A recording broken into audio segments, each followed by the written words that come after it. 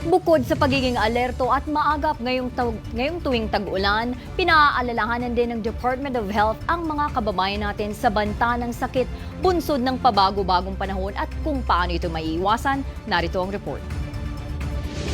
Hindi maiiwasan na sa tuwing sasapit ng panahon ng tag-ulan sa bansa ay ang banta ng pagkakasakit dulot ng iba't ibang sanhi. Pero ano nga ba ang karaniwang sakit na maaaring makuha dahil sa pag-ulan o pagbabago ng panahon? Ito ay ang tinatawag na wild diseases. Ano nga ba ito? Ang wild o wild diseases ay isang acronym. W para sa waterborne diseases. Ang I naman ay para sa influenza-like illnesses. Ang L ay para sa leptospirosis at D para sa dengue.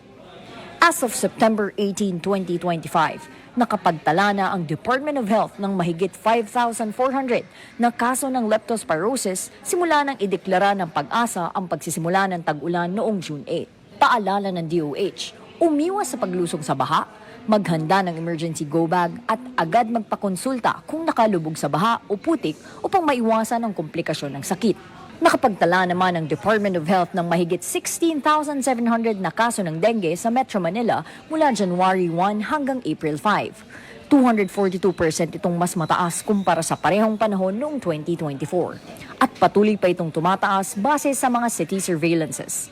Habang lalo rin tumataas ang mga flu-like illnesses sa Metro Manila at ibang bahagi ng bansa.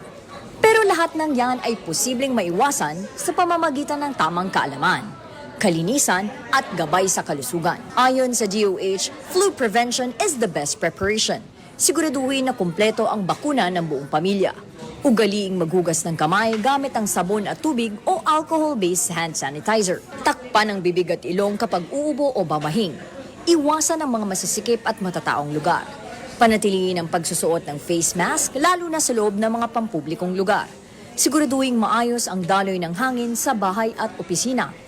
Para mapanatiling malakas ang resistensya ng katawan, kumain ng masustansyang pagkain, uminom ng maraming tubig, mag-ehersisyo araw-araw at matulog ng sapat. Ituro rin sa mga bata ang tamang paraan ng paghuhugas ng kamay. Ayon sa American Red Cross, hindi dapat ito bababa ng 20 segundo.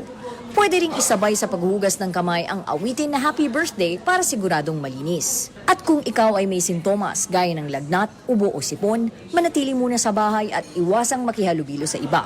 Agad kumonsulta sa pinakamalapit na health facility kung mataas ang lagnat at makaranas ng hirap sa paghinga.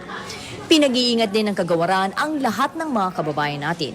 At anilay, may papel ang bawat isa para maiwasan ang pagkalat ng sakit.